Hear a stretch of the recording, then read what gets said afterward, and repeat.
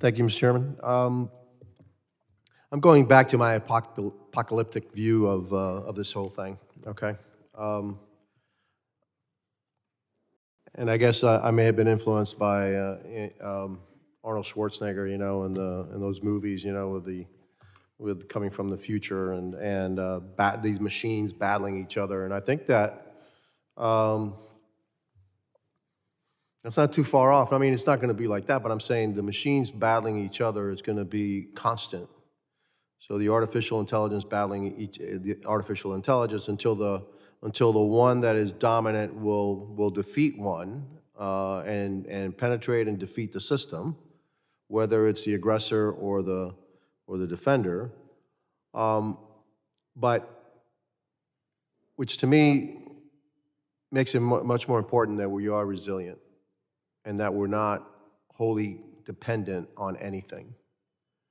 And instead of becoming more and more dependent on these systems, we become less dependent. Yes, it's nice to have, as long as they're working, they're great, but you have to assume that one day they won't be working. And we have to continue to operate. So where are we in terms of resiliency, of the availability of us to decouple critical systems vital to America? Our electric grid would be one, our piping would be another, et cetera. All those things that are vital to our everyday life.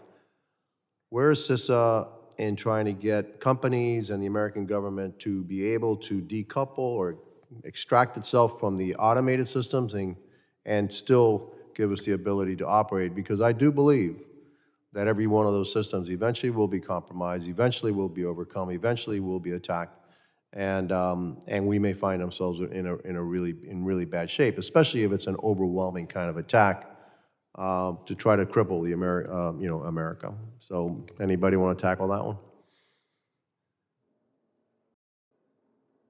Because we seem to be looking more and more about how we can defend our systems, and I believe that that's great.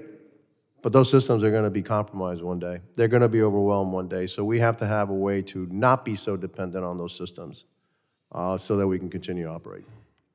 Go ahead. I think that one of the things that with any sort of preparation for the inevitable or preparation for potential disaster or catastrophe, if you will, really is rooted in exercises. I think that from an exercise perspective, we have to look at where we are vulnerable, certainly, but we have to include all the players. And it's not just the systems that get attacked, but also everything from every place within the supply chain, as well as emergency management systems, as well as municipalities and localities. I think that one of the things that CISA does so well is around PSAs, for instance. And I know that this is sort of like a first step in this realm. And what I mean by that is that does the average American know exactly what to do if they go to the ATM and it's failed, or if their cell phone is not working, or if they can't get communications? No, the cell phone is not working. We're done. Yeah, okay, exactly, yeah. exactly. And so we have to have default strategies. And the key piece of that is that these things have to be devised and also communicated so everyone sort of knows what to happen when the unthinkable happens.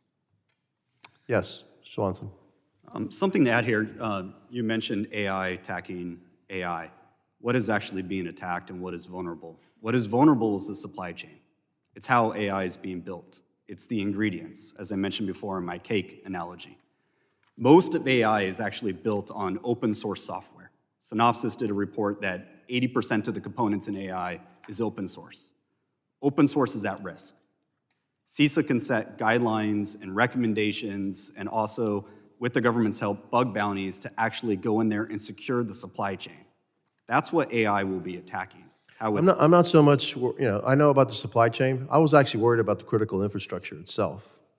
Yep. Our grid, our electric grid being knocked out, our energy grid being knocked out. And you're right about foods, the supply chain, et cetera, food and all that being knocked out. And I'm not so sure that we're resilient there. I'm not so sure that, I'm pretty sure that we have relied way too much on automated systems that are going to be very, very vulnerable in the future, and that we haven't focused enough on resiliency of if, in fact, those systems go down that we are heavily reliant on. Do we have a way to operate without those systems? Mr. Chairman, if you may. So I'd like to respond. So your scenario, totally get, and let me play that back. Industry. By the way, the movies were the Terminators. Okay, go ahead. The industry, energy pipelines. The use, predictive maintenance, and pump seals and valves. The attack, we're going to trick, manipulate models to purposely invalidate alerts and pressures. Impact, physical and mechanical failure. How do we remediate? How do we solve for this? This is where pen testing and red teaming comes in, model robustness. When I talk about the supply chain, it's how these things are built and making sure those are resilient. But I agree with, we got to protect the critical infrastructure, and we need to take records of what machine learning is in what infrastructure and go and stress test those machine learning models. Thank you. Thank you. Yield back. Gentleman yields back.